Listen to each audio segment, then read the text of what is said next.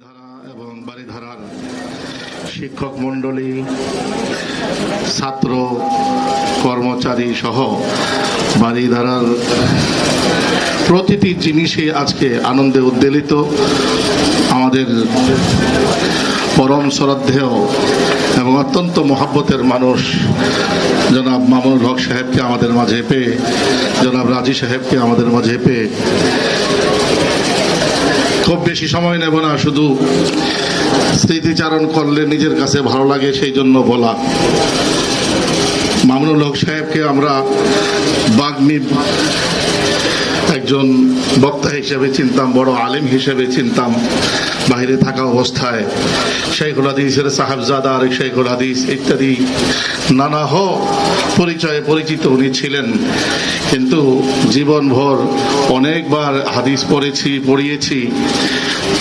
রাসূল করিম সাল্লাল্লাহু আলাইহি ওয়াসাল্লাম রাতের বেলা যখন উম্মতের দরদ নিয়ে নামাজ পড়তে দাঁড়াতেন, এত লম্বা কেরাত করতেন, কিয়াম এত লম্বা হতো যে হাত্তা তাতাফাত্তারা কাদামাহু, পায়ের গোছাগুলো যেন ফেটে যাবে তার উপক্রম হয়ে যেত। আমি জেল থেকে বের হওয়ার পর অনেক জায়গায় বলার সুযোগ হয়েছে, এইখানেও একাধিক মঞ্চে বলার সুযোগ হয়েছিল।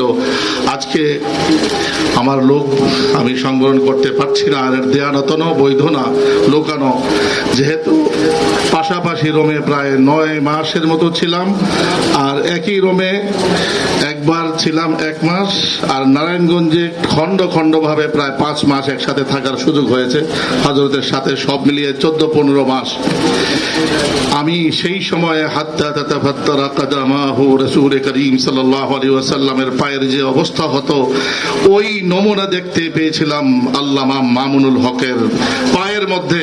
এবং আল্লামা মামুনুল হক এতটা পরিমাণে কি করতেন, আউয়াবিনের মধ্যে নামাজে 5 পারা 6 পারা প্রতিদিন আউয়াবিনের নামাজের মধ্যে উনি তেলাওয়াত করতেন। এটা আমি স্বচক্ষে না দেখলে বিশ্বাস হয়তো বা করতাম না। এই কথাগুলো এজন্য বলছি যে অনেকে মনে করি উনি একজন খুব ভালো বক্তা, ভালো ওয়াইজ, ভালো আলেম।